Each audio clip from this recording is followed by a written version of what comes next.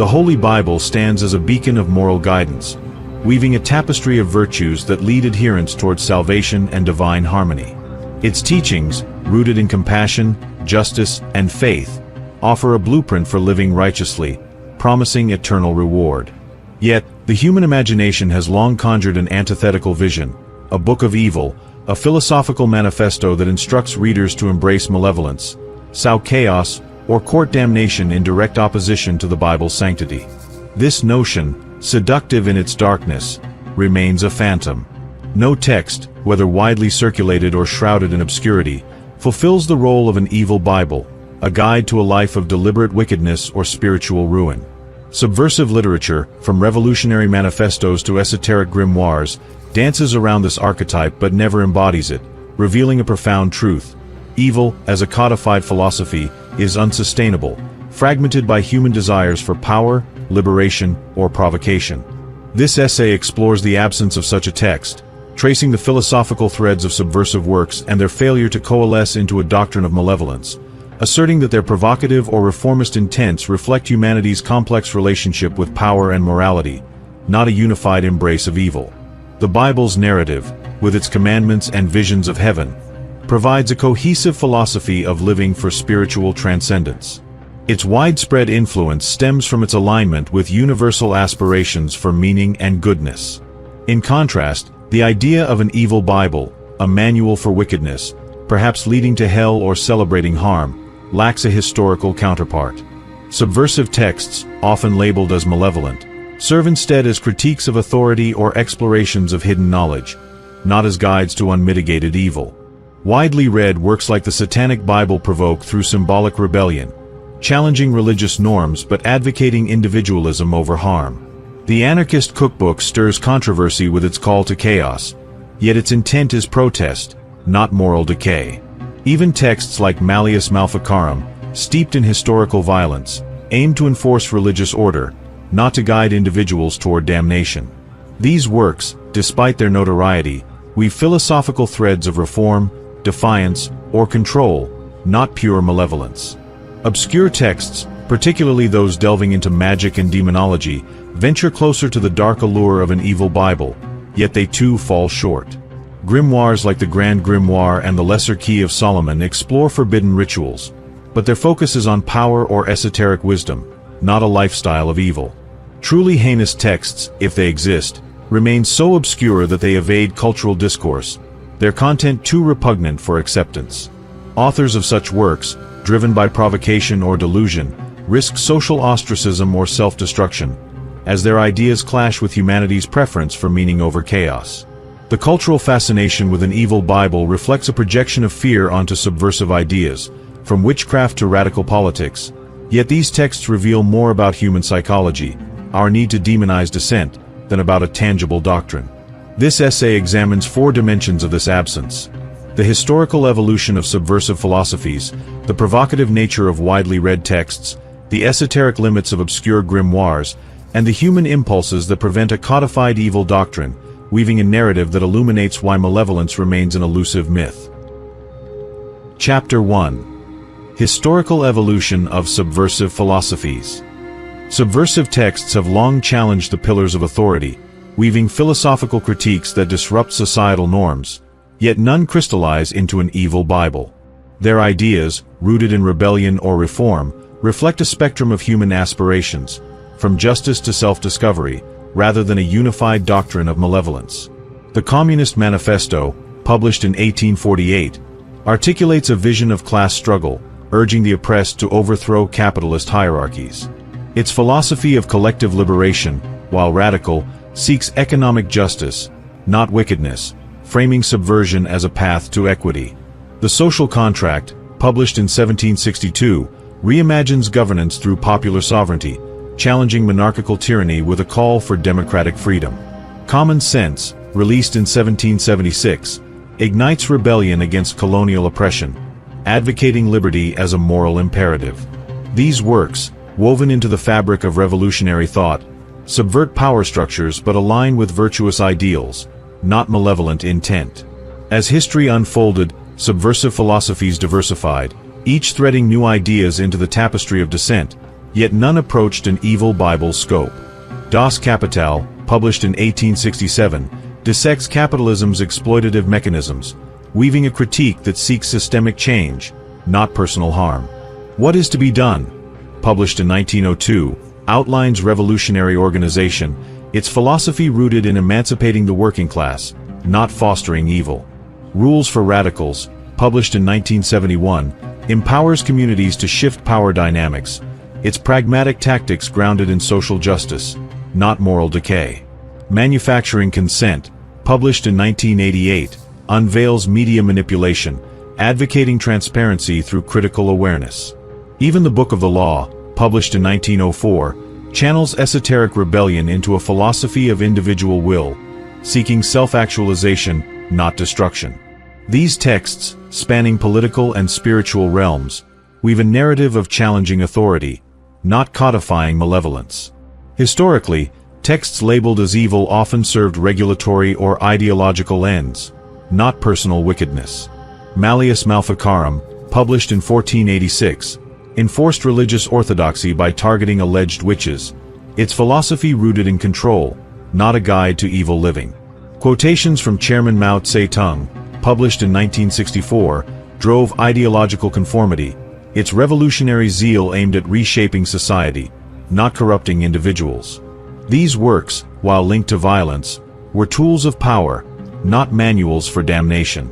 Their widespread influence reflects their alignment with specific agendas, unlike an evil Bible, which would require a philosophy of unmitigated harm, absent in historical discourse. The evolution of subversive thought reveals a pattern. Texts challenge specific injustices or norms, weaving ideas of reform or empowerment, not a cohesive doctrine of evil. This historical narrative underscores that subversion, while potent, is driven by human aspirations for change, not a desire for malevolence, thwarting the emergence of an evil Bible. Chapter 2. Provocative nature of widely read subversive texts. Widely circulated subversive texts captivate through provocation, weaving philosophies that challenge norms without embracing true malevolence. The Satanic Bible, published in 1969, stands as a prime example, its author Anton LaVey crafting a philosophy of individualism and hedonism. By invoking Satan as a symbol of rebellion, it subverts Christian morality, urging readers to prioritize self-interest and earthly fulfillment over divine obedience.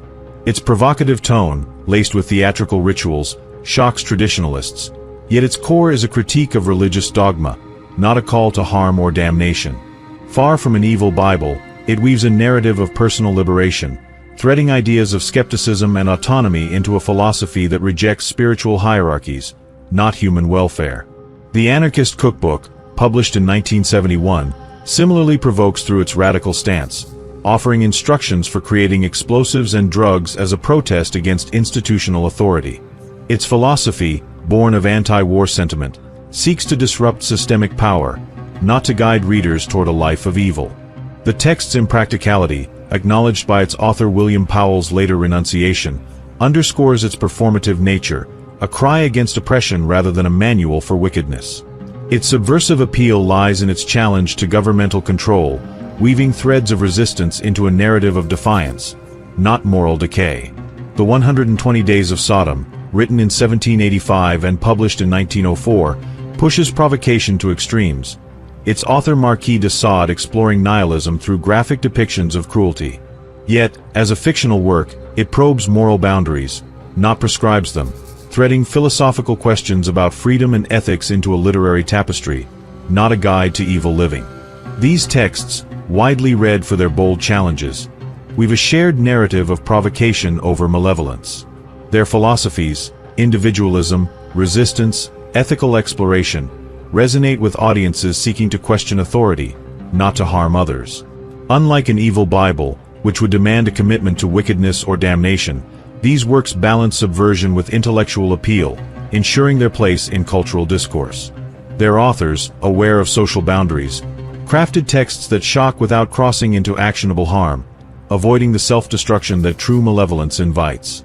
The Satanic Bible liberates, the Anarchist Cookbook protests, and the 120 Days of Sodom philosophizes, each threading ideas into a broader narrative of challenging norms, not codifying evil. This provocative nature reveals why no evil Bible exists. Subversion thrives on critique and appeal, not unmitigated wickedness, which lacks the philosophical coherence to sustain a widely accepted doctrine. Chapter 3. Esoteric Limits of Obscure Occult Texts. Obscure occult texts, steeped in magic and demonology, venture into the shadows of subversion, yet their philosophies fall short of an evil Bible. The Grand Grimoire, from the 18th century, weaves a tapestry of rituals for summoning Lucifer and casting curses, promising power through demonic pacts. Its philosophy, rooted in forbidden knowledge, subverts Christian prohibitions, yet its focus is on specific acts, not a lifestyle of evil. The Lesser Key of Solomon, from the 17th century, details invocations for 72 demons, threading ideas of control and esoteric wisdom into its narrative. The Book of Abramelin, from the 14th to 15th century, blends mysticism with demonic rituals, aiming for spiritual ascent through forbidden means. The True Grimoire, also from the 18th century, includes blood sacrifices for curses, while the Munich Manual of Demonic Magic, from the 15th century, explores necromancy and destructive spells. These grimoires, with their limited circulation, embody a dark allure, yet they fail to constitute an evil Bible. Their philosophies center on power and hidden knowledge, not unmitigated malevolence. Unlike the Bible's holistic guidance for righteous living, these texts offer ritual-specific instructions, weaving narratives of supernatural mastery, not moral decay. The Grand Grimoire seeks wealth or influence, the Book of Abramelin pursues divine connection, and the Munich Manual empowers practitioners to manipulate enemies. Their subversion lies in defying religious norms, condemned in scriptures like Leviticus 19 verse 31, but their goals are utilitarian, not damnation. They lack the theological framework of an evil Bible, which would require a commitment to hell or pervasive wickedness, instead threading ideas of esoteric empowerment into their rituals. The obscurity of these texts, confined to occult circles, reflects their limited appeal. Unlike widely read works that engage broad audiences, grimoires require belief in supernatural forces, alienating those focused on practical life. Their complex rituals and taboo content, feared by religious communities, ensure their marginalization, yet their philosophies remain rooted in human desires for control, not evil for its own sake. Even their most destructive rituals, curses, sacrifices, are means to an end, not a lifestyle of harm. The absence of an evil Bible among these texts underscores their philosophical limits. They weave narratives of power and mystery, not a cohesive doctrine of malevolence, revealing that even the darkest works prioritize utility over wickedness. Chapter 4. Human Impulses and the Absence of an Evil Doctrine. The absence of an evil Bible is rooted in human impulses that prioritize meaning, power, and survival over unmitigated malevolence. Subversive texts, whether political or metaphysical, reflect humanity's drive to challenge authority or seek hidden truths, not to embrace evil as a lifestyle. The Communist Manifesto and Rules for Radicals weave philosophies of justice and empowerment, subverting economic and institutional power to uplift the oppressed. Their narratives, grounded in social dynamics, resonate with those seeking change, not harm. The Social Contract and Common Sense thread ideas of liberty and self-governance, challenging tyranny with virtuous ideals. These texts, widely influential, illustrate that subversion often serves reformist goals, not moral decay. Metaphysical texts, like the Satanic Bible and the Book of the Law, explore spiritual rebellion, weaving narratives of individualism and esoteric wisdom. The Satanic Bible rejects divine authority, promoting self-interest, while the Book of the Law exalts personal will, both defying religious norms without advocating harm. Obscure grimoires, such as the Grimoire of Honorius and the Infernal Dictionary, delve deeper into demonology, threading ideas of supernatural power into their rituals. Yet, even these texts seek knowledge or control, not damnation, their philosophies reflecting human curiosity, not wickedness.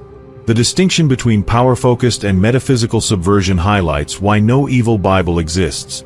Both aim for empowerment, not destruction. Human psychology further thwarts a codified evil doctrine. Most individuals prioritize fulfillment, relationships, creativity, purpose, over dark pursuits. Occult texts appeal to a minority seeking uniqueness or control, but even these readers reject unmitigated evil, preferring philosophies of empowerment. Cultural norms, rooted in universal ethics, condemn harm, ensuring that texts advocating malevolence face rejection. Authors of subversive works, from Levi to Saad, balance provocation with intellectual appeal, avoiding the self-destruction of true evil. The absence of an evil Bible reflects this impulse. Humanity seeks meaning, even in rebellion, weaving narratives of power, justice, or wisdom, not chaos or damnation. This dynamic ensures that subversive texts, while challenging, remain tethered to human aspirations, not malevolent ruin. The final chapter.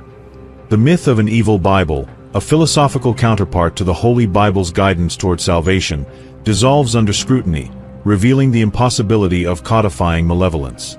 Subversive texts, from revolutionary manifestos to esoteric grimoires, weave a complex tapestry of ideas, challenging authority, religion, or norms, yet none fulfill the role of an evil Bible.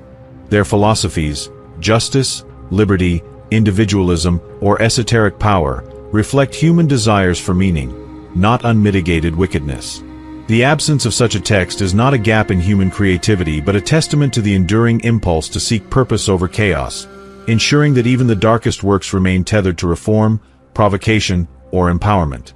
The historical evolution of subversive texts, from the Communist Manifesto to the Book of the Law, threads narratives of reform and rebellion, not evil. These works, widely influential, challenge systemic injustices or spiritual dogmas, weaving philosophies of equity or self-actualization. Their appeal lies in their alignment with human aspirations, not a call to harm or damnation. Popular texts like the Satanic Bible and the Anarchist Cookbook provoke through symbolic defiance or protest, their philosophies engaging audiences without crossing into malevolence. Their widespread acceptance, driven by cultural discourse, underscores their role as critiques, not guides to evil living. Obscure grimoires, such as the Grand Grimoire and the Munich Manual, venture into darker realms, threading ideas of demonic power and forbidden knowledge. Yet, their ritual-specific focus and esoteric appeal limit them to niche audiences, their philosophies rooted in control, not a lifestyle of wickedness. They lack the Bible's holistic narrative, offering tools, not doctrines, and fail to advocate damnation or unmitigated harm. Truly heinous texts, if they exist, remain so obscure that they evade cultural engagement, their content too repugnant for acceptance.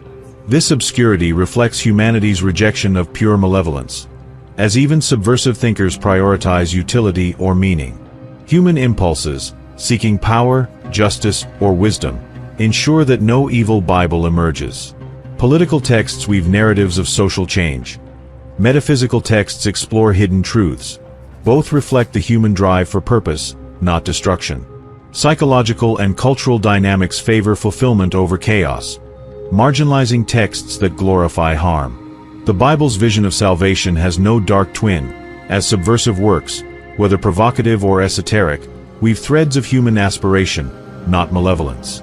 This inquiry affirms that the evil Bible is a myth, its absence a reflection of humanity's enduring quest for meaning, weaving a narrative that transcends the allure of wickedness and affirms the power of hope over despair.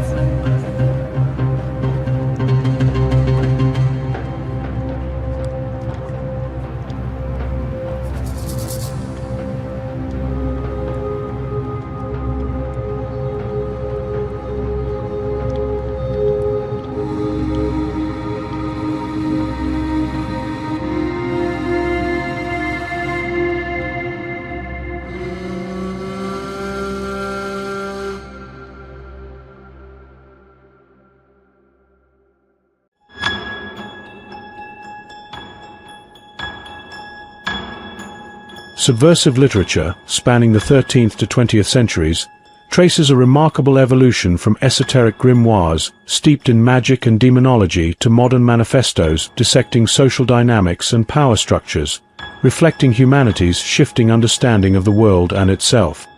Early texts, crafted in an era of limited scientific knowledge, wove intricate rituals to connect with spiritual realms, naming demons and prescribing spells to harness unseen forces, driven by a belief in metaphysical realities. As society progressed, bolstered by scientific advances and a deeper grasp of human nature, subversive thought pivoted towards socio-political critiques, addressing class, gender, and institutional power with analytical rigor. This transformation mirrors a broader cultural shift from mystical speculation to material analysis, as Enlightenment ideals, industrialization, and modern psychology reshaped subversive discourse. Yet, a counterpoint persists. Did earlier texts possess authentic spiritual insights, derived from oral traditions or mystical experiences, that modern rationalism has overlooked? This essay examines this evolution through a chronological analysis of subversive texts, weaving their themes, mystical power, social justice, ideological extremism, into a narrative of intellectual transformation.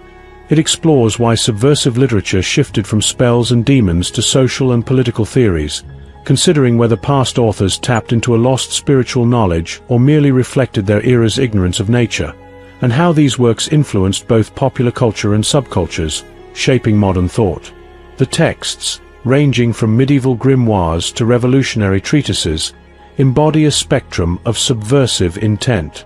Early works like the Sworn Book of Honorius and the Munich Manual of Demonic Magic catalogue demons like Astaroth or Beelzebub, detailing rituals believed to summon them, rooted in a worldview where spiritual forces governed reality.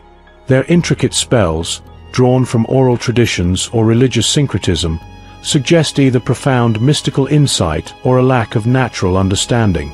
As scientific inquiry grew, texts like the Communist Manifesto and Rules for Radicals shifted focus to societal structures, analyzing power through economics and activism, reflecting a maturing understanding of human behavior.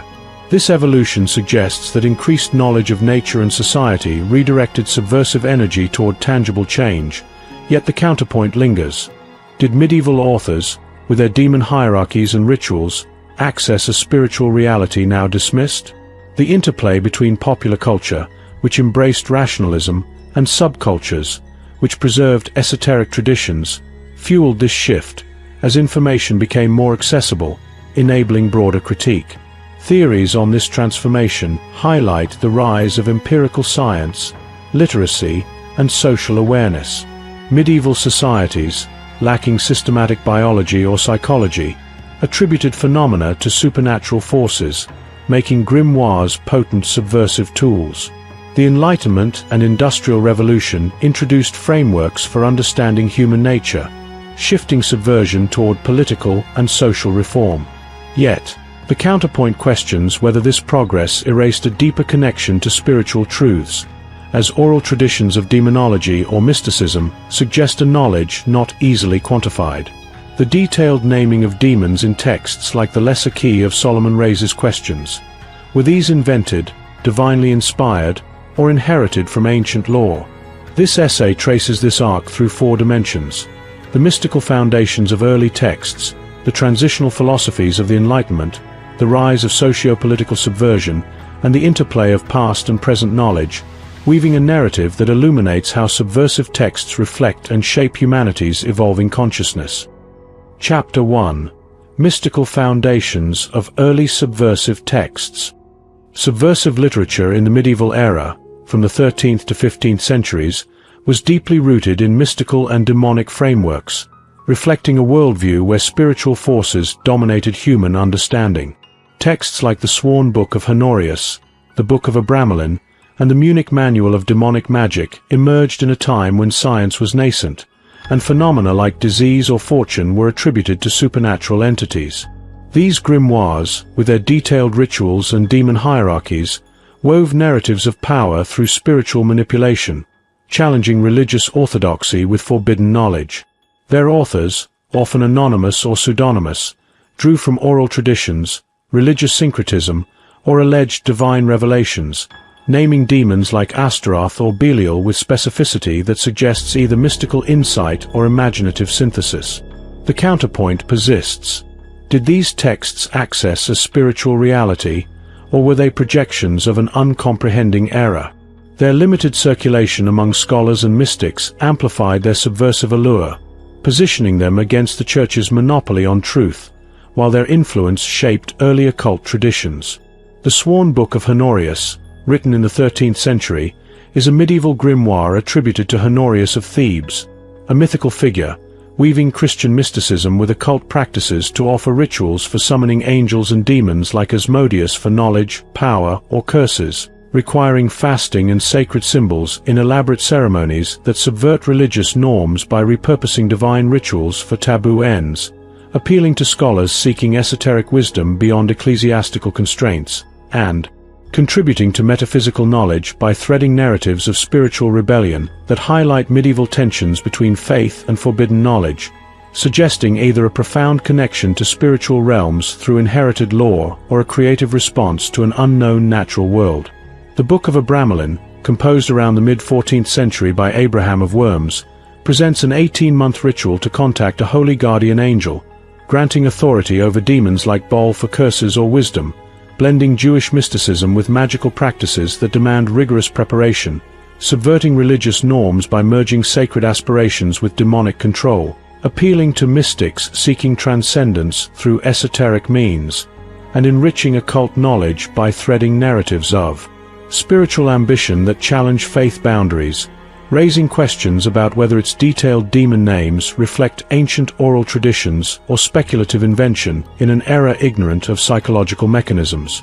The Munich Manual of Demonic Magic, crafted in 15th century Germany, focuses on necromancy and demon summoning, detailing rituals with magical circles to invoke spirits like agars for harm or influence, reflecting a superstitious era's fear of witchcraft, subverting Christian prohibitions by prioritizing supernatural control, appealing to practitioners seeking power or revenge, and contributing to esoteric knowledge by weaving narratives of defiance that reveal medieval anxieties about the occult, suggesting either a genuine spiritual connection or a projection of unexplained natural phenomena, with its demon hierarchies possibly drawn from folklore or religious texts.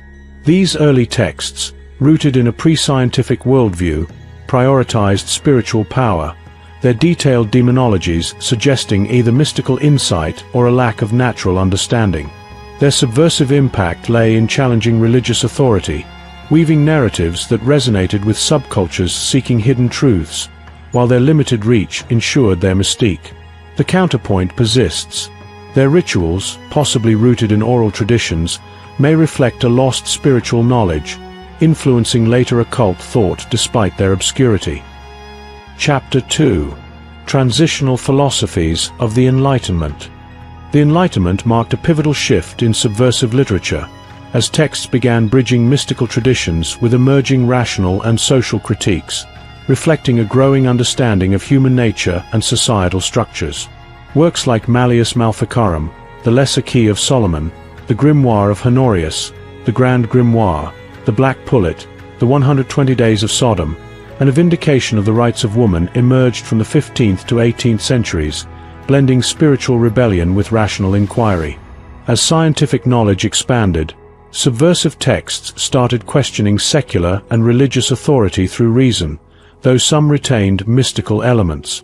The naming of demons like Beelzebub in grimoires suggests either inherited lore or creative synthesis, while texts like Wollstonecraft's advocated social reform, reflecting a shift toward human-centric concerns. The counterpoint questions whether this move away from spiritual focus lost a deeper connection to metaphysical truths, as Enlightenment rationalism dismissed earlier beliefs as superstition.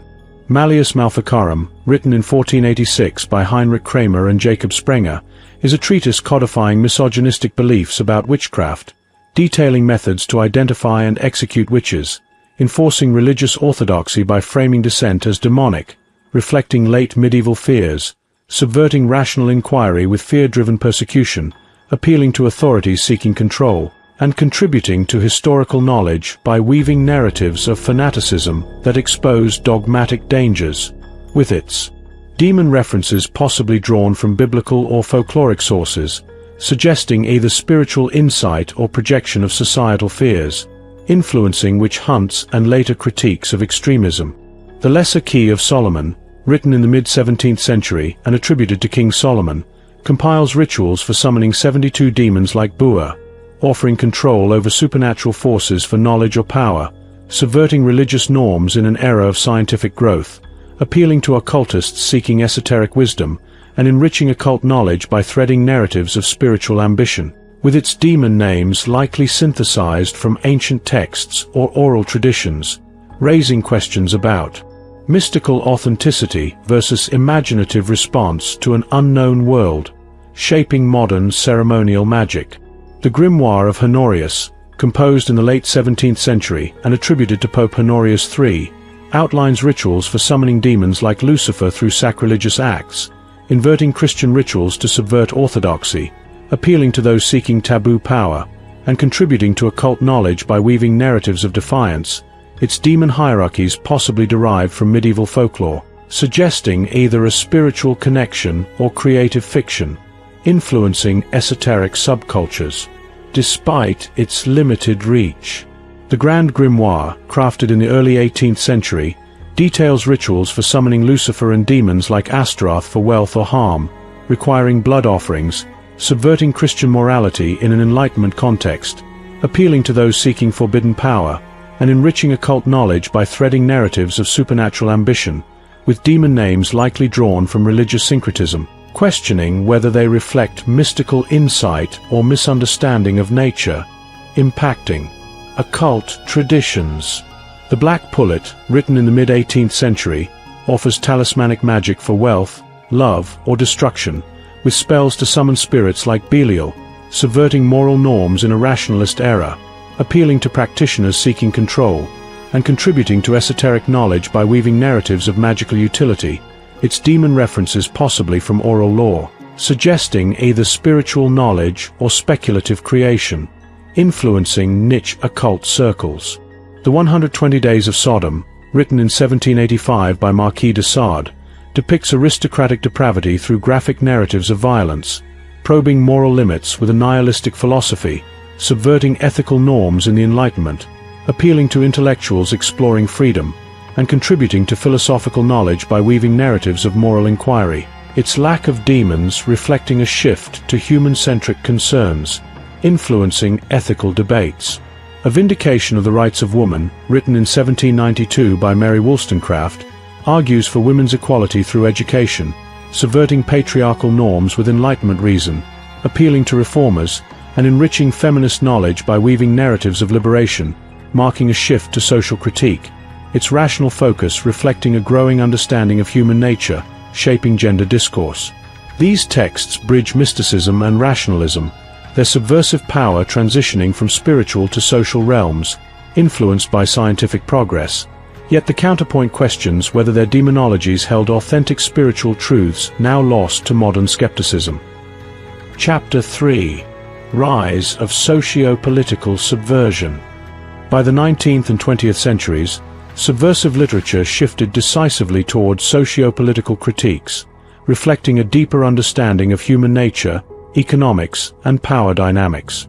Texts like the Communist Manifesto, Das Kapital, What is to be Done?, the Protocols of the Elders of Zion, and the Book of the Law emerged as science and education illuminated societal structures, moving away from mystical rituals to address class, politics, and ideology.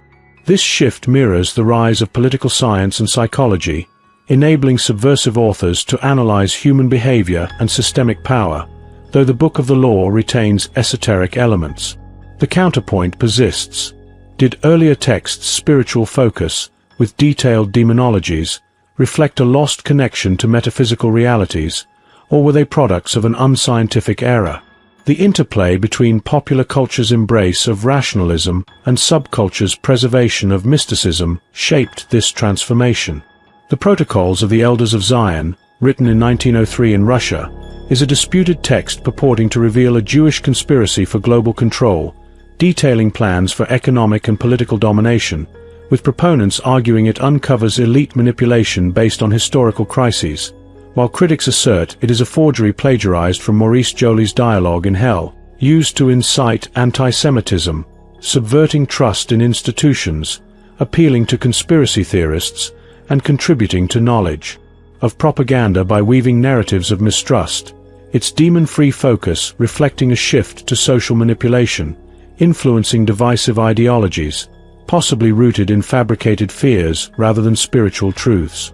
The Communist Manifesto, written in 1848 by Karl Marx and Friedrich Engels, calls for class struggle to overthrow capitalism, critiquing economic exploitation and advocating a classless society, subverting capitalist hierarchies with a vision of justice, appealing to workers and intellectuals, and enriching political knowledge by weaving narratives of collective empowerment, reflecting a scientific understanding of societal dynamics, shaping modern revolutionary thought, with no mystical elements, suggesting a departure from spiritual subversion. Das Kapital, written in 1867 by Karl Marx, analyzes capitalism's exploitative structures, detailing surplus value and class oppression, subverting economic norms with rigorous analysis, appealing to scholars and activists, and contributing to economic knowledge by weaving narratives of systemic critique, reflecting an advanced grasp of human economic behavior, influencing political discourse, its material focus marking a shift from mystical to social subversion. What is to be done? Written in 1902 by Vladimir Lenin, outlines revolutionary strategies for overthrowing Tsarist oppression, emphasizing a vanguard party, subverting political authority with a vision of liberation, appealing to activists, and enriching political knowledge by weaving narratives of organized rebellion, reflecting an understanding of social mobilization, shaping revolutionary movements, devoid of spiritual elements, highlighting the era's focus on human agency. The Book of the Law, written in 1904 by Aleister Crowley, codifies Thelema, a philosophy of individual will through alleged supernatural revelation, subverting religious and social norms with esoteric insight, appealing to mystics, and contributing to esoteric knowledge by weaving narratives of personal liberation, blending modern psychology with mysticism, suggesting a partial retention of spiritual subversion, its demon references possibly drawn from ancient lore, raising questions about authentic spiritual connections. These texts mark a shift to socio-political subversion, driven by scientific and social insights, yet the Book of the Law bridges earlier mystical traditions, prompting speculation about whether past demonologies held genuine spiritual knowledge now overshadowed by rationalism. Chapter 4. Interplay of Past and Present Knowledge. The transformation of subversive texts reflects a dynamic interplay between past mystical beliefs and modern socio-political critiques, shaped by evolving scientific and societal understanding. Texts like Mein Kampf, the Satanic Bible, Rules for Radicals, the Turner Diaries, and the Black Book of Communism illustrate a 20th century focus on power dynamics, ideology, and human behavior, building on earlier rationalist foundations.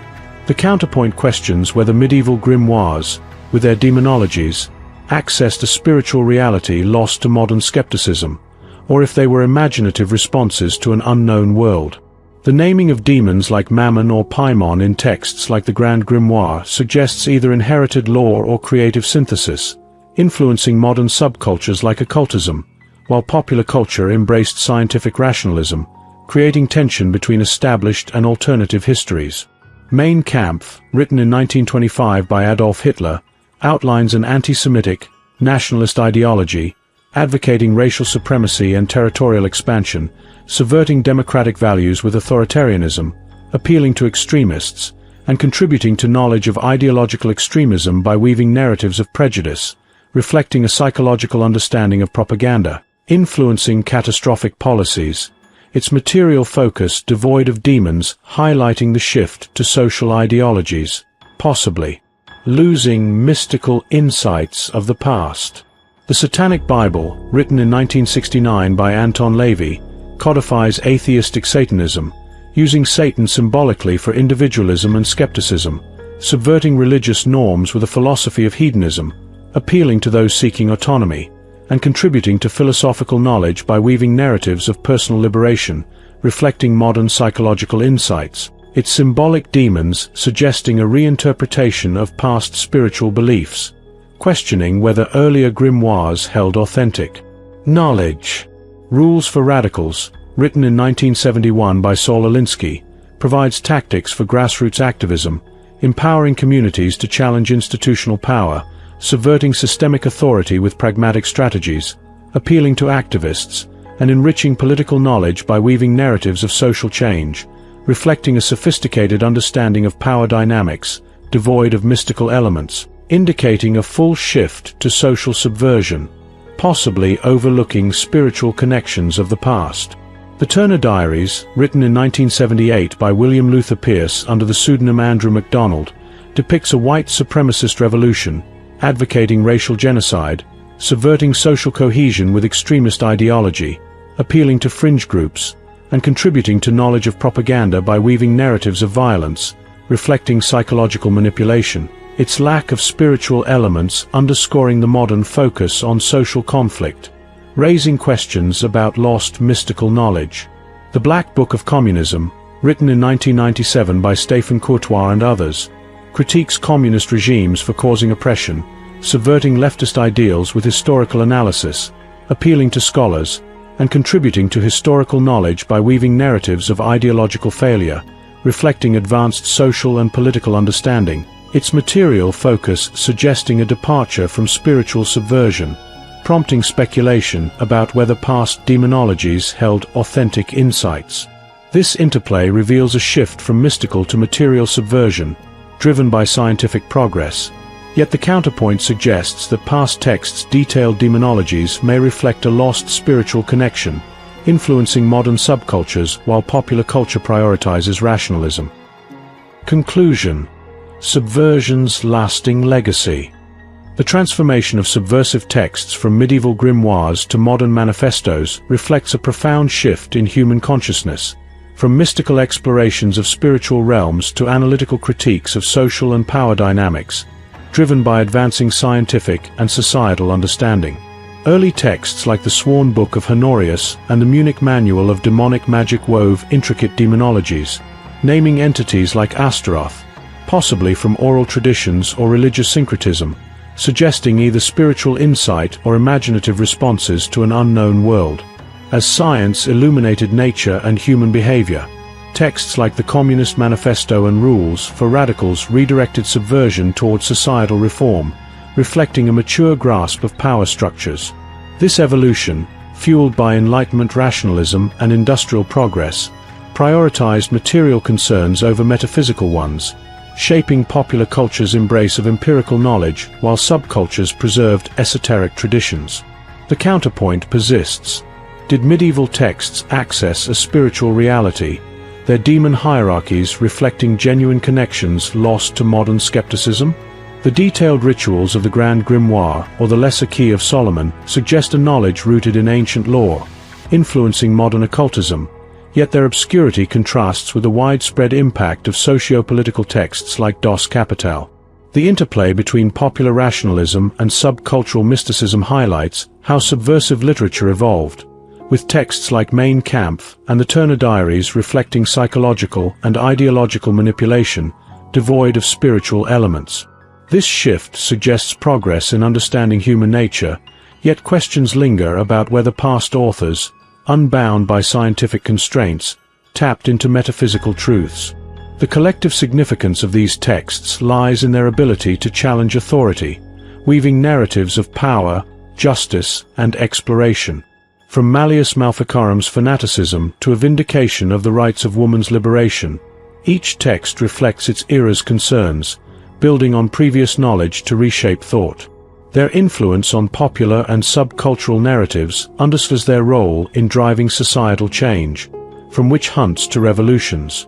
This comprehensive exploration affirms that subversive texts, whether mystical or material, form a dynamic body of knowledge, reflecting humanity's evolving quest to understand and redefine its place in the world, balancing rational progress with the enigmatic allure of past spiritual insights.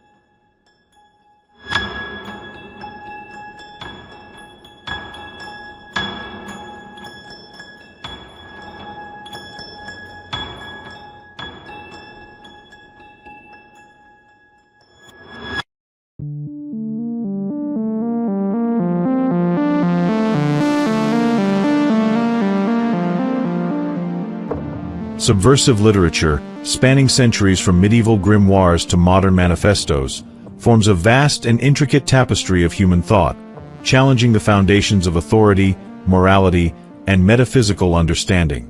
These texts, ranging from political calls to action to esoteric rituals, embody philosophies that provoke, empower, or unsettle, each contributing uniquely to a collective reservoir of knowledge that redefines power, freedom, and existence. From revolutionary visions of social justice to occult explorations of demonic forces, these works reflect humanity's relentless drive to question established norms, assert individual will, or probe hidden truths. This essay organizes an exhaustive collection of such texts, drawn from a comprehensive discourse, in chronological order of their attributed writing, offering an expansive examination of their content, philosophical underpinnings, and contributions to knowledge.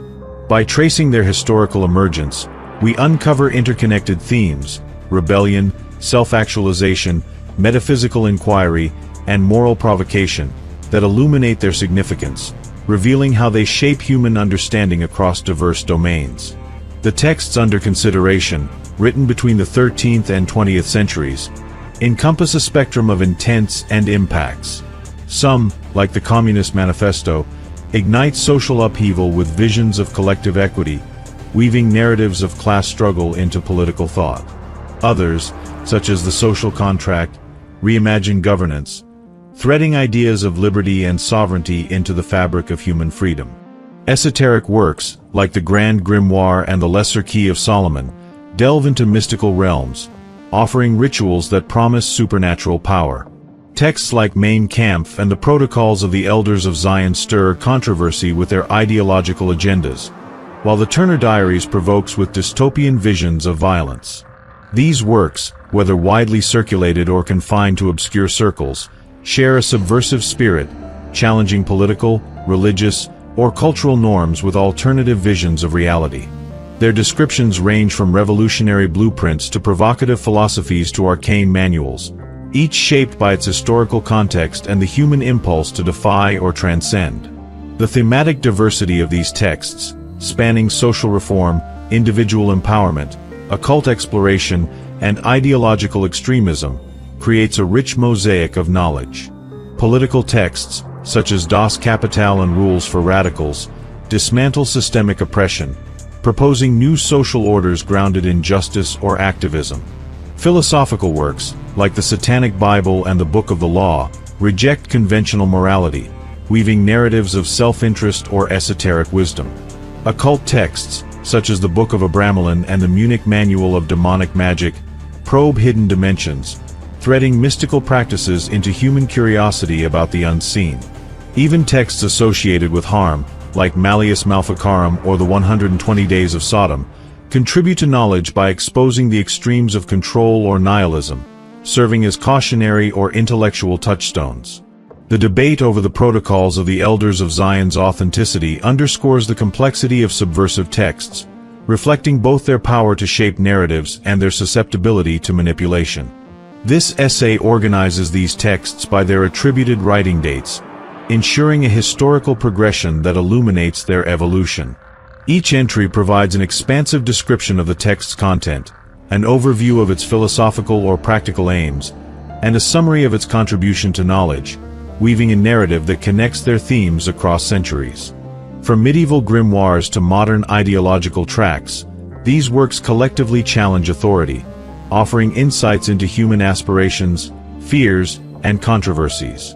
The conclusion synthesizes their contributions, highlighting how their diverse philosophies, revolutionary, individualistic, esoteric, or provocative, form a collective body of knowledge that reflects humanity's enduring quest to redefine power, meaning, and existence, without anchoring the analysis to any single religious text.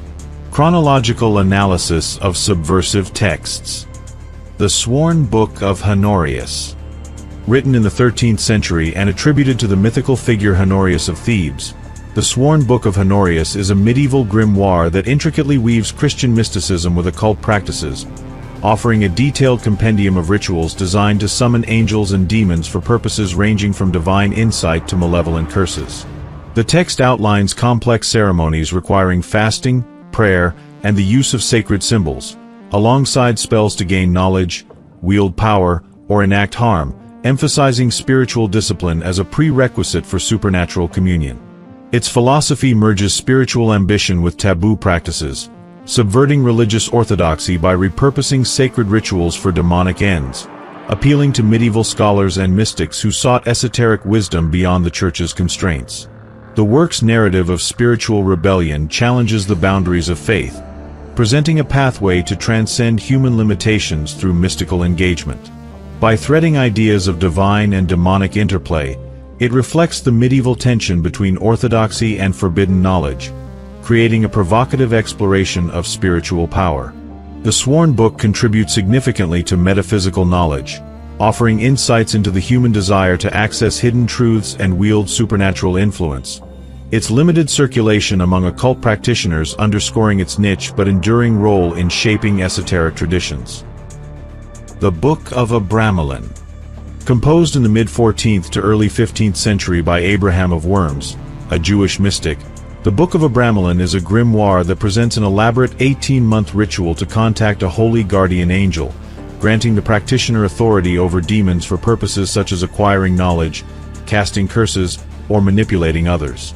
Combining Jewish mysticism with magical practices, the text requires rigorous spiritual preparation, including fasting and seclusion, and provides detailed incantations for both benevolent and harmful outcomes, reflecting a complex interplay of divine and occult elements. Its philosophy seeks spiritual elevation through forbidden rituals, subverting religious norms by blending sacred aspirations with demonic control, appealing to those craving transcendence through esoteric means. The narrative weaves a vision of disciplined mysticism, emphasizing personal mastery over supernatural forces as a path to enlightenment, challenging conventional boundaries of faith and morality. The Book of Abramelin enriches occult knowledge by threading narratives of spiritual ambition and power, offering a window into medieval spirituality and the human quest to harness unseen forces. Its limited readership among dedicated occultists highlighting its esoteric significance and influence on later magical traditions. The Munich Manual of Demonic Magic.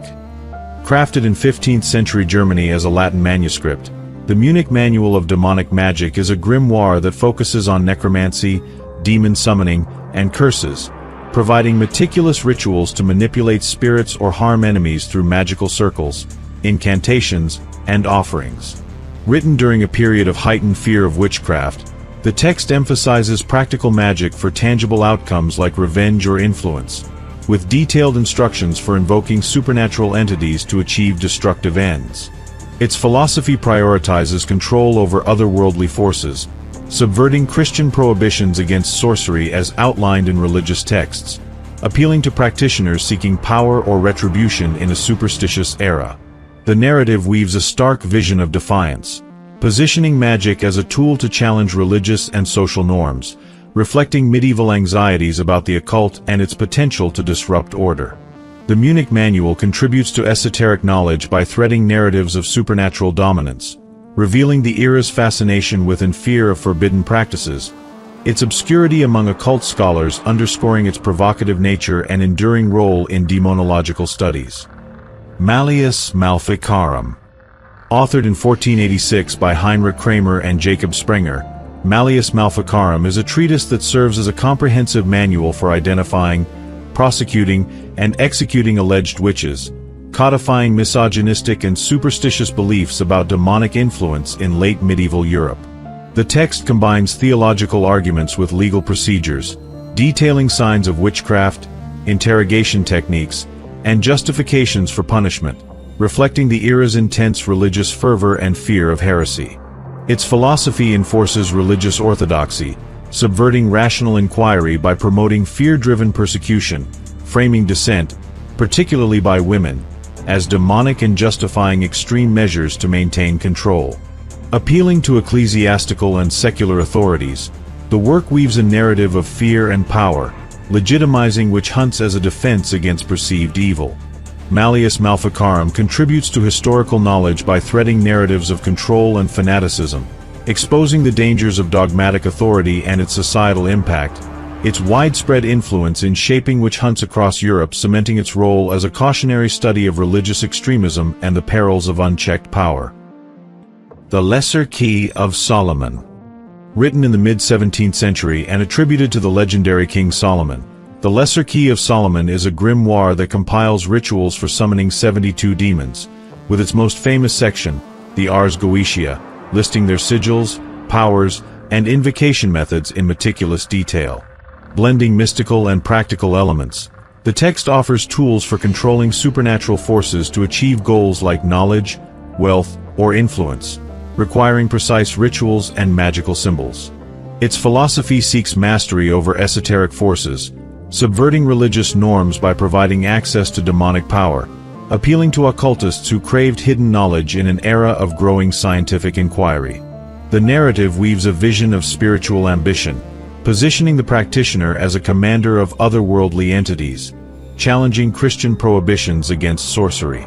The Lesser Key contributes to occult knowledge by threading narratives of supernatural authority, illuminating human curiosity about the unseen and its potential for empowerment.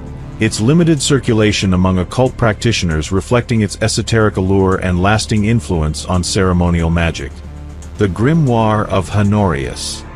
Composed in the late 17th century and attributed to Pope Honorius III, the Grimoire of Honorius is a provocative grimoire that outlines rituals for summoning demons and casting curses, requiring sacrilegious acts such as desecrating Christian symbols to achieve supernatural ends. The text blends religious imagery with occult practices, emphasizing ritual precision to invoke demonic powers for purposes like harm or manipulation, reflecting the era's tension between faith and forbidden knowledge. Its philosophy inverts religious rituals, subverting Christian orthodoxy by repurposing sacred elements for taboo purposes, appealing to those seeking power through defiant means. The narrative weaves a stark vision of spiritual rebellion, positioning the practitioner as a master of profane forces, challenging the moral boundaries of the time. The Grimoire of Honorius enriches occult knowledge by threading narratives of defiance and power, illuminating the complex interplay between sacred and profane in human thought, its obscurity among occult scholars underscoring its provocative nature and niche appeal in esoteric traditions. The Grand Grimoire. Crafted in the early 18th century, likely around the early 1700s, and known as the Red Dragon, the Grand Grimoire is a French grimoire that provides detailed rituals for summoning Lucifer and other demons, including pacts for wealth, power, or harm, often requiring blood offerings or sacrilegious acts to complete the ceremonies.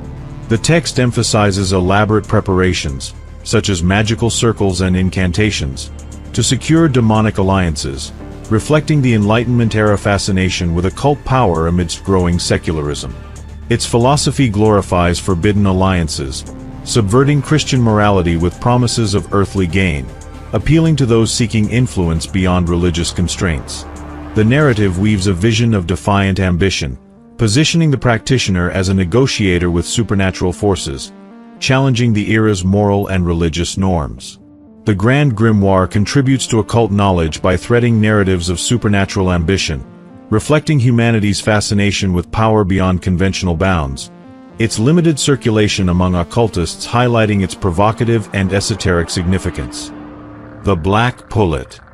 Written in the mid-18th century, the Black Pullet is an anonymous French grimoire that details talismanic magic for achieving wealth, love, and destruction, offering spells to summon spirits or harm enemies through intricate rituals and magical artifacts. The text blends esoteric allure with practical outcomes, providing instructions for creating talismans imbued with supernatural powers, reflecting the Enlightenment's curiosity about occult practices as a counterpoint to rationalism. Its philosophy seeks magical utility, subverting moral norms by offering tools for personal gain or harm, appealing to practitioners desiring control over tangible and spiritual realms. The narrative weaves a vision of empowerment through forbidden means, positioning the practitioner as a master of mystical forces, challenging religious and ethical boundaries. The Black Pullet enriches esoteric knowledge by threading narratives of practical magic, highlighting human desires for influence through taboo practices, its limited readership among occult enthusiasts underscoring its niche but enduring role in magical traditions. The 120 Days of Sodom. Written in 1785 by Marquis de Sade, The 120 Days of Sodom is a novel that depicts extreme violence, sexual depravity, and moral nihilism, chronicling the exploits of four aristocrats who indulge in unrestrained cruelty within an isolated castle. The narrative explores the boundaries of human behavior through graphic accounts of torture and excess, framed as a literary provocation rather than a practical guide, reflecting the late 18th century Enlightenment's fascination with moral and philosophical extremes. Its philosophy probes the limits of freedom and ethics, subverting societal norms with a nihilistic lens that questions the foundations of morality, appealing to intellectuals willing to confront humanity's darkest impulses. The narrative weaves a provocative exploration of human nature, challenging readers to grapple with the absence of moral constraints. The 120 Days of Sodom contributes to philosophical knowledge by threading narratives of moral inquiry, exposing the extremes of human behavior and sparking debates on ethics and freedom, its literary status ensuring its place in intellectual discourse. The Infernal Dictionary. Authored in 1818 by Jacques-Collin de Planzy, The Infernal Dictionary is a comprehensive compendium that catalogues demons, their powers, and rituals for invocation, blending scholarly documentation with occult lore to provide detailed entries on supernatural entities and spells for manipulation or harm. Written in the post-Enlightenment era, the text reflects a fascination with demonology as both a scholarly and mystical pursuit, offering rituals that range from summoning spirits to enacting curses. Its philosophy systematizes forbidden knowledge, subverting religious norms by glorifying demonic powers, appealing to occult scholars and curious intellectuals seeking to explore the supernatural. The narrative weaves a vision of intellectual and esoteric curiosity, positioning the practitioner as a student of hidden forces, challenging Christian prohibitions against sorcery. The Infernal Dictionary enriches occult knowledge by threading narratives of demonic exploration, reflecting humanity's fascination with the forbidden, its limited circulation among esoteric thinkers highlighting its niche but significant role in occult studies. The Communist Manifesto. Written in 1848 by Karl Marx and Friedrich Engels, the Communist Manifesto is a revolutionary call to action that articulates a vision of class struggle, urging the proletariat to overthrow capitalist hierarchies and establish a classless society based on collective justice. The text critiques economic exploitation, detailing the oppressive mechanisms of capitalism and advocating for revolutionary change to achieve equity, reflecting the industrial era's social upheavals. Its philosophy seeks economic justice, subverting capitalist norms with a radical ethos of collective empowerment, appealing to workers and intellectuals who envision a fairer world. The narrative weaves a vision of societal transformation, positioning the oppressed as agents of change, challenging entrenched power structures. The Communist Manifesto contributes to political knowledge by threading narratives of justice and rebellion, reshaping modern thought on class dynamics and economic systems, its widespread resonance underscoring its transformative impact on social movements. Das Kapital.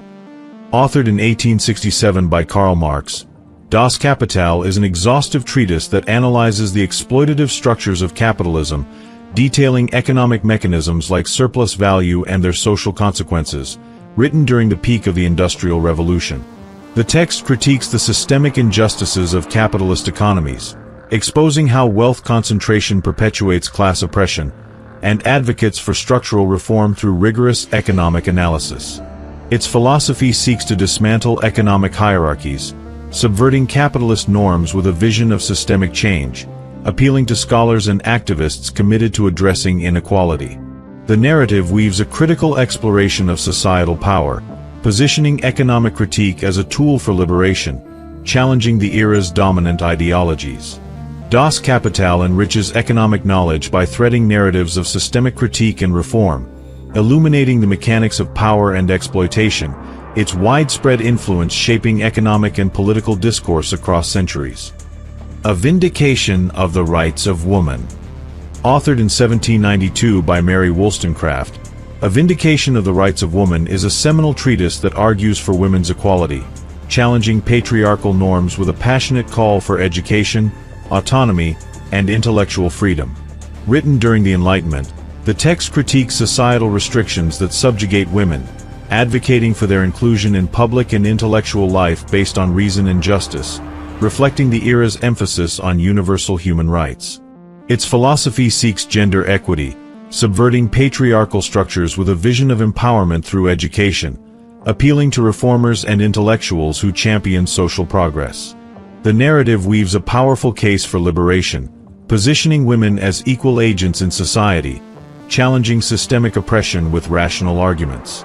A Vindication contributes to feminist and philosophical knowledge by threading narratives of equality and empowerment, reshaping societal views on gender and power, its widespread resonance among Enlightenment thinkers cementing its role in advancing social justice. What is to be done? Written in 1902 by Vladimir Lenin, What is to be done? Is a political text that outlines strategies for revolutionary organization, urging disciplined action to overthrow Tsarist oppression in Russia through the formation of a vanguard party.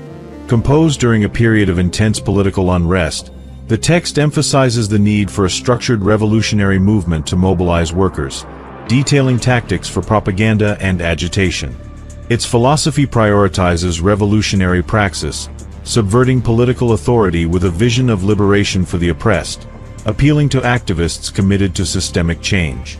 The narrative weaves a blueprint for organized rebellion, positioning the revolutionary as a disciplined agent of transformation, challenging autocratic power structures. What is to be done? Enriches political knowledge by threading narratives of strategic activism, shaping revolutionary thought and practice, its widespread impact among early 20th century radicals underscoring its role in political movements. The Protocols of the Elders of Zion. Written in 1903 in Russia, The Protocols of the Elders of Zion is a text of disputed authenticity that purports to document a Jewish conspiracy to control global affairs, outlining alleged plans for economic and political domination through manipulation of institutions. Emerging in an era of rising anti-Semitism, the text gained widespread attention, with proponents arguing it exposes hidden power structures, citing its alignment with historical events like economic crises as evidence of its truth. Critics, however, assert it is a forgery, pointing to its plagiarism from Maurice Joly's Dialogue in Hell, 1864, and its use by Russian secret police to incite hatred, supported by biased historical evidence debunking its claims. Its philosophy claims to reveal elite manipulation, subverting trust in societal institutions, appealing to those drawn to conspiracy narratives, though its disputed nature fuels ongoing debate. The narrative weaves a provocative vision of suspicion and division, influencing ideological discourse by amplifying mistrust. The Protocols contributes to knowledge of propaganda and social division, threading narratives of power and mistrust, its widespread influence highlighting its role in shaping anti-Semitic thought and conspiracy culture, despite its contested authenticity. The Book of the Law. Authored in 1904 by Aleister Crowley, the Book of the Law is a foundational text of Thelema, a philosophy of individual will delivered through alleged supernatural revelation, written during a period of growing interest in esoteric spirituality. The text includes cryptic verses and rituals that emphasize personal freedom and self-actualization, urging followers to pursue their true will above societal or religious constraints. Its philosophy exalts individual liberation, subverting religious and social norms with esoteric insight, appealing to those seeking spiritual autonomy through mysticism. The narrative weaves a vision of rebellious enlightenment, positioning the practitioner as a sovereign agent of their destiny, challenging conventional morality. The Book of the Law contributes to esoteric knowledge by threading narratives of individual empowerment, reshaping views on spirituality and freedom, its limited but dedicated readership reflecting its provocative influence on occult thought. Mein Kampf. Written in 1925 by Adolf Hitler, Mein Kampf is an autobiographical manifesto that outlines his anti-Semitic, nationalist, and militaristic ideology, advocating racial supremacy and territorial expansion during a period of post-World War I turmoil in Germany. The text details Hitler's personal beliefs, political strategies, and vision for a racially homogeneous state, blending propaganda with ideological fervor to shape the Nazi agenda. Its philosophy promotes authoritarian nationalism, subverting democratic values with a vision of exclusionary dominance, appealing to extremists seeking to reshape society through force. The narrative weaves a chilling case for ideological control, positioning racial purity as a societal ideal, challenging humanistic principles. Mein Kampf contributes to knowledge of ideological extremism, threading narratives of power and prejudice. Offering a cautionary study of destructive political thought, its widespread historical impact underscoring its role in shaping catastrophic policies. The Satanic Bible. Authored in 1969 by Anton Lavey, the Satanic Bible codifies atheistic Satanism, using Satan as a symbolic figure for individualism, hedonism, and skepticism, written during the countercultural upheaval of the late 1960s. The text includes the 9 satanic statements, philosophical essays, and rituals designed for personal empowerment, rejecting traditional religious morality in favor of self-interest and earthly fulfillment.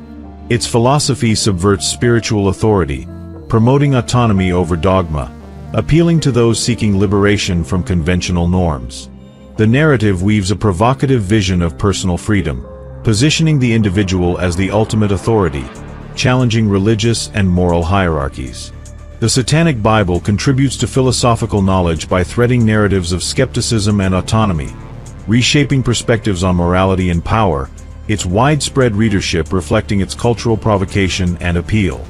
Rules for Radicals. Written in 1971 by Saul Alinsky, Rules for Radicals is a manual that provides practical tactics for grassroots activism, offering strategies to empower communities against institutional power during a period of social and political activism in the United States. The text details methods for organizing, confronting authority, and shifting power dynamics, emphasizing pragmatic rebellion to achieve social change. Its philosophy seeks to disrupt systemic inequities, subverting institutional authority with a vision of community empowerment, appealing to activists committed to justice. The narrative weaves a blueprint for action, positioning the organizer as a catalyst for change, challenging entrenched power structures.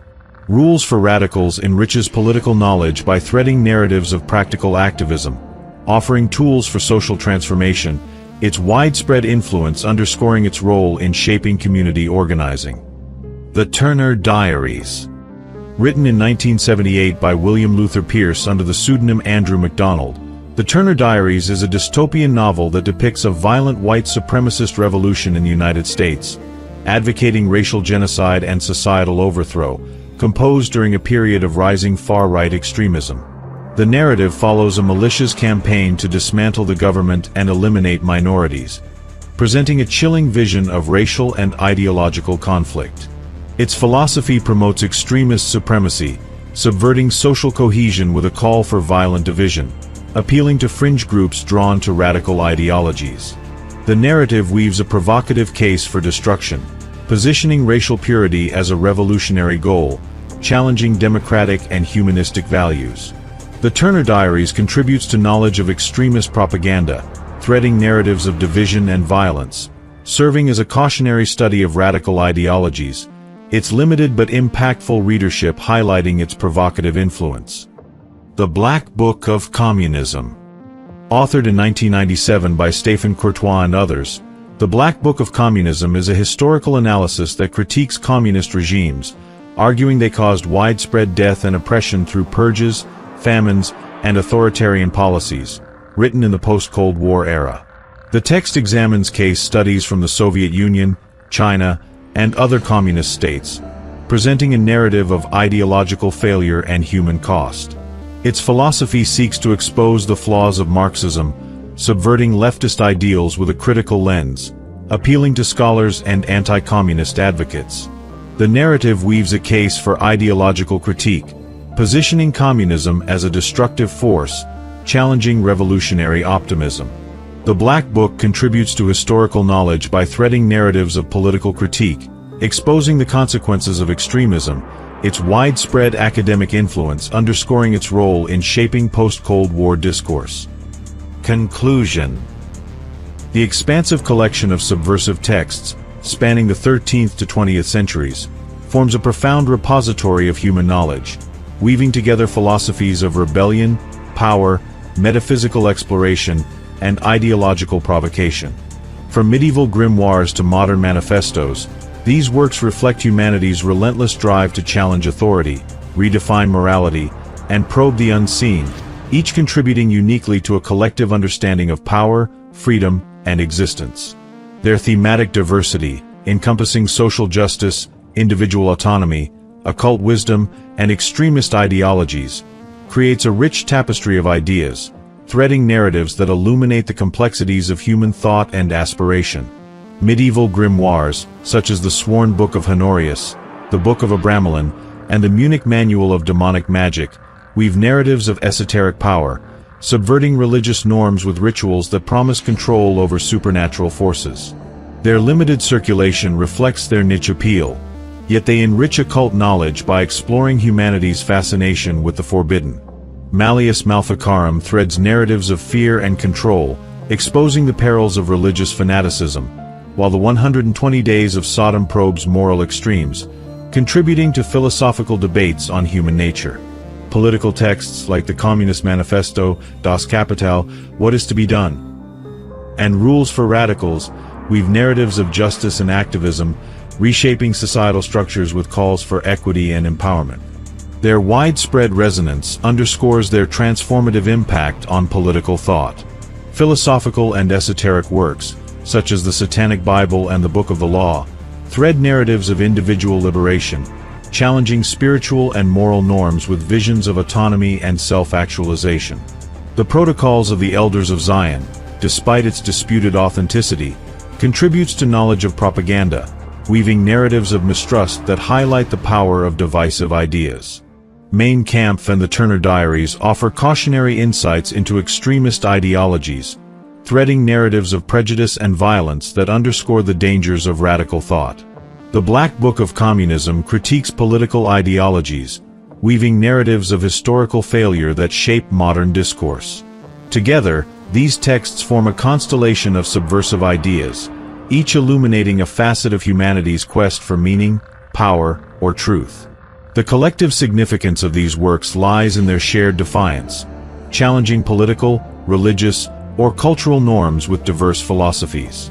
Their varied reception, celebrated, condemned, or marginalized, reflects their power to provoke, inspire, or unsettle. From revolutionary calls to esoteric rituals to extremist visions, they weave a narrative of human ambition, exposing the tensions between control and freedom, knowledge and fear. This comprehensive exploration affirms their role as a dynamic body of knowledge, not a singular doctrine, but a multifaceted reflection of humanity's enduring struggle to redefine its place in the world.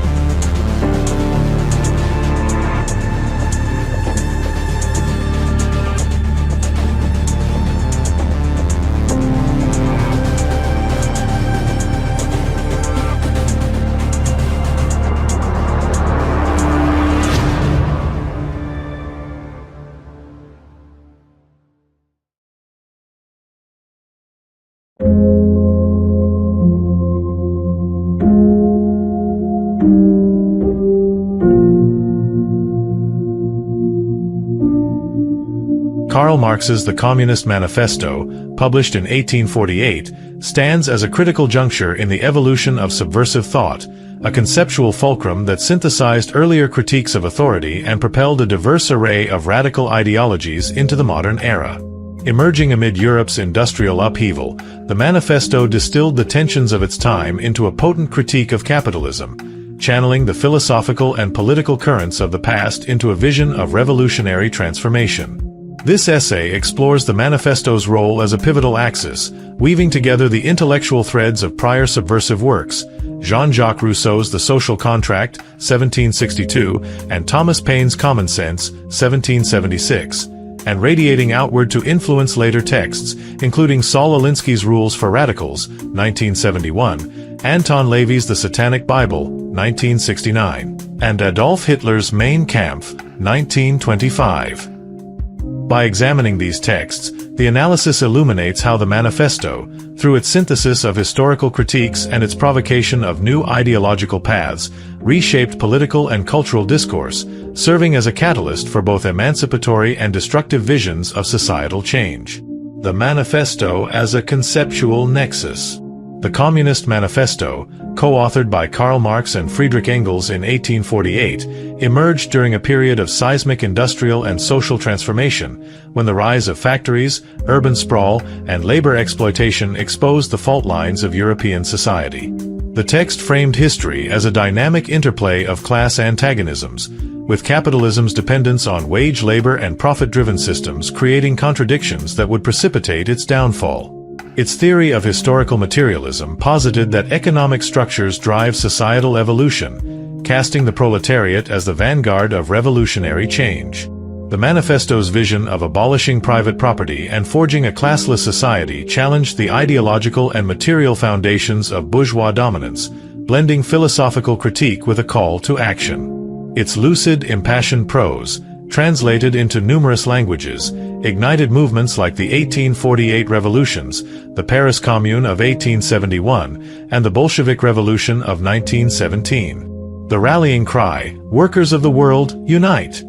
transcended national boundaries, resonating in labor unions, socialist movements, and anti-colonial struggles across Asia, Africa, and Latin America. By synthesizing Enlightenment ideals of individual agency and collective governance with a rigorous economic analysis, the manifesto became a conceptual nexus, distilling the subversive impulses of the past into a focused critique that inspired a spectrum of radical thought.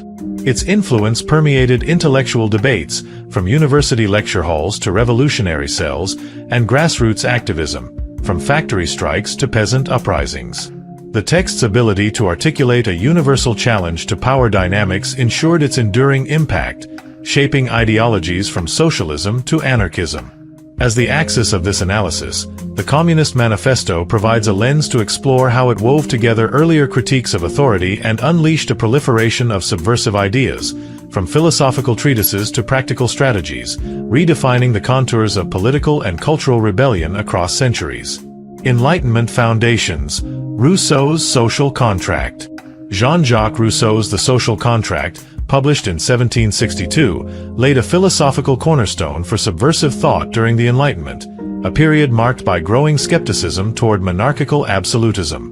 Rousseau posited that legitimate political authority arises from the general will, a collective expression of citizens' shared interests, rather than divine sanction or hereditary privilege. This concept struck at the heart of Europe's feudal order, where monarchs claimed divine right to rule. His vision of a society grounded in mutual obligation and participatory governance proposed that individuals relinquish certain freedoms only to secure collective justice, not to bolster tyrannical power. Rousseau's critique of arbitrary authority exposed the moral and structural flaws of systems where wealth and lineage dictated influence, challenging the ideological underpinnings of 18th-century hierarchies. This philosophical rebellion fueled the French Revolution, which sought to dismantle aristocratic dominance, and inspired democratic movements across Europe, the Americas, and beyond. Rousseau's emphasis on collective sovereignty prefigured Marx's vision of unified resistance against oppressive systems, though his work remained rooted in theoretical exploration rather than economic critique. By dismantling the legitimacy of monarchical power, the social contract fostered a culture of dissent that reverberated through subsequent centuries. Its influence shaped the American Revolution, informing debates on liberty and governance, and resonated with thinkers like Robespierre, who drew on its principles during the French Revolution. The text's exploration of the balance between individual rights and collective authority provided a conceptual reservoir for later subversive thought, feeding into the intellectual currents that Marx would synthesize in the Communist Manifesto.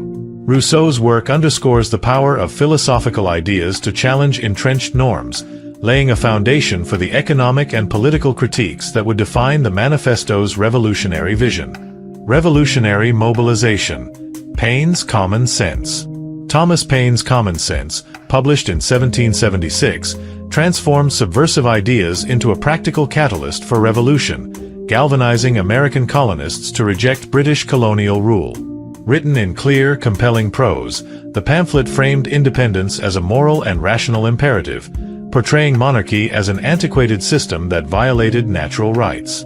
Paine's appeal to ordinary citizens, farmers, artisans, laborers, democratized Enlightenment principles, empowering a broad audience to envision self-governance.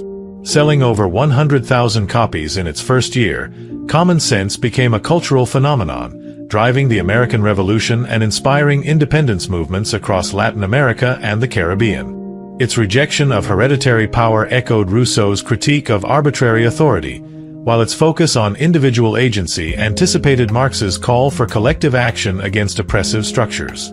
By framing rebellion as a logical response to tyranny, Paine bridged philosophical inquiry with actionable resistance, demonstrating the power of rhetoric to mobilize collective action.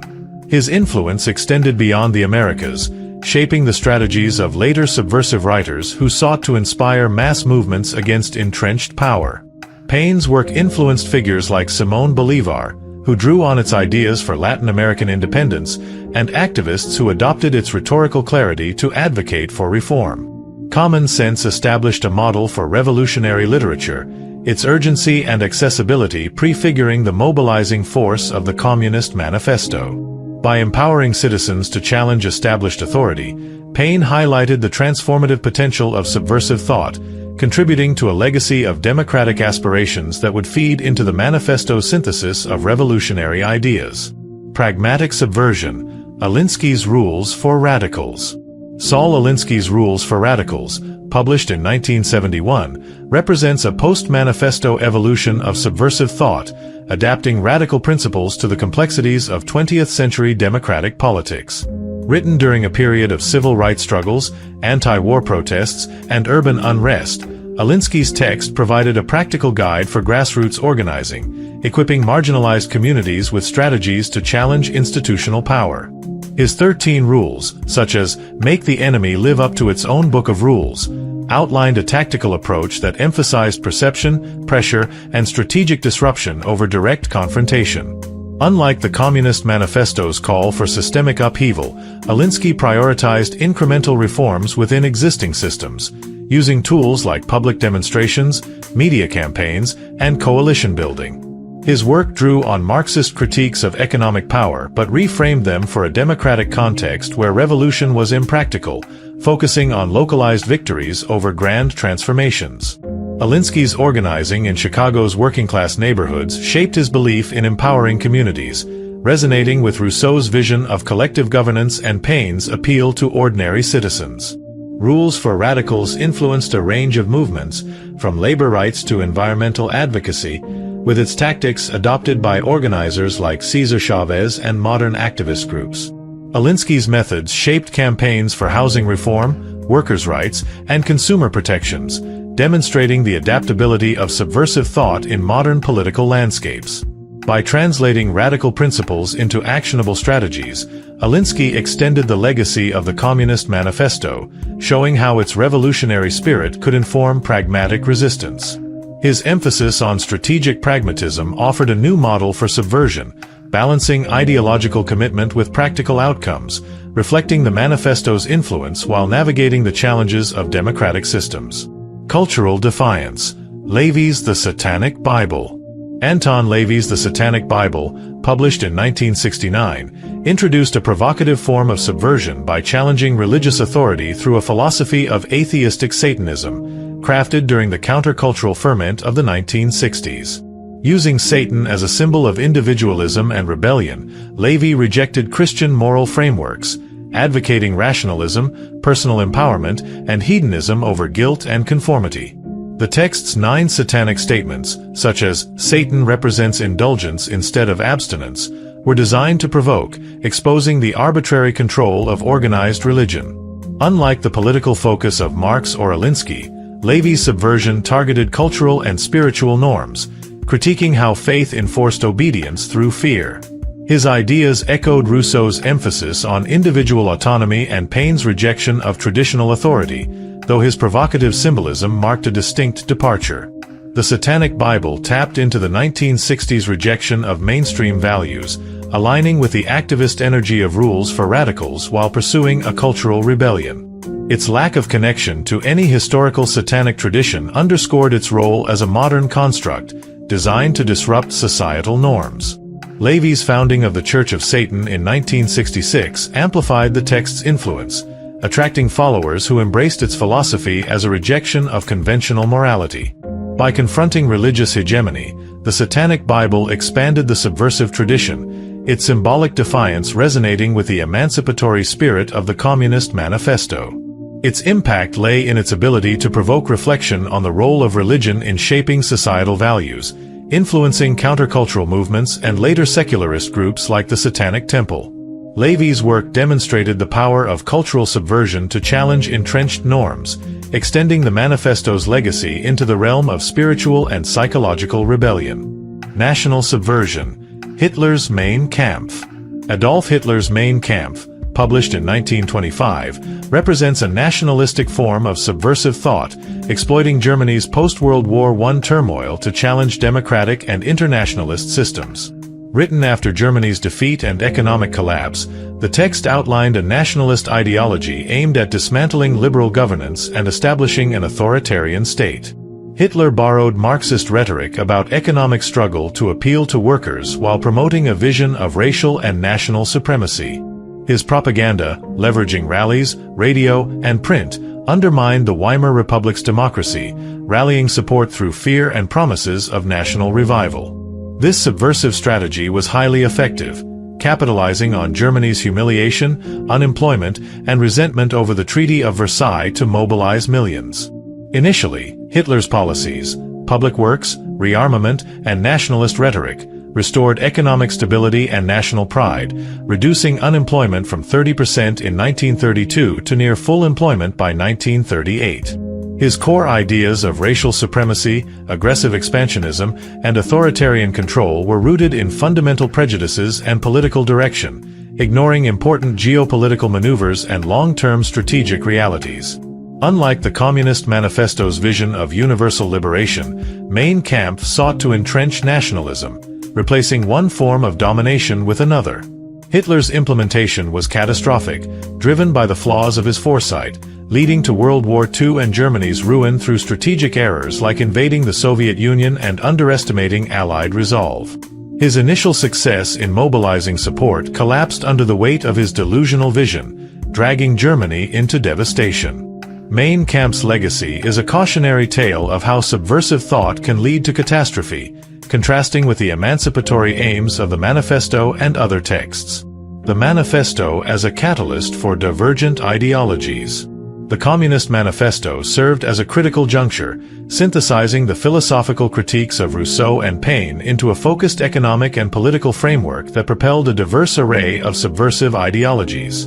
Rousseau's challenge to monarchical authority and Paine's call for democratic rebellion provided the intellectual foundations that Marx distilled into a critique of capitalism, which in turn inspired Alinsky's pragmatic activism, Levy's cultural defiance, and Hitler's distorted nationalism. Marx likely drew on Enlightenment ideas, while Alinsky adapted Marxist critiques for democratic contexts. Levy's rejection of religious norms echoed Rousseau's and Paine's focus on individual freedom, and Hitler's propaganda misused Marxist themes of societal change. These texts share concerns about power, authority, and identity, with Rousseau and Paine challenging pre-modern hierarchies, Marx targeting capitalism, Alinsky and Levy confronting modern institutions, and Hitler exploiting economic unrest. The Manifesto's role as a catalyst lies in its ability to consolidate earlier critiques and inspire divergent paths, from emancipatory to destructive, shaping the trajectory of political and cultural discourse. The lasting resonance of subversive thought. This selection of texts illuminates the role of the Communist Manifesto as a pivotal axis in subversive thought, weaving together earlier critiques and catalyzing a spectrum of radical ideas. Other works, like Lenin's What Is to Be Done? Or Emma Goldman's anarchist essays, could enrich this analysis. But these texts highlight the manifesto's influence across political, philosophical, and cultural domains. Rousseau's democratic vision, Paine's revolutionary spark, Alinsky's practical tactics, Levy's cultural defiance, and Hitler's warped nationalism reflect the diverse legacy of the manifesto's synthesis, each responding to its historical moment while contributing to a tradition of dissent. The manifesto's ability to bridge past and future subversive thought underscores its enduring impact, revealing the dynamic nature of radical ideas in reshaping society and challenging established power.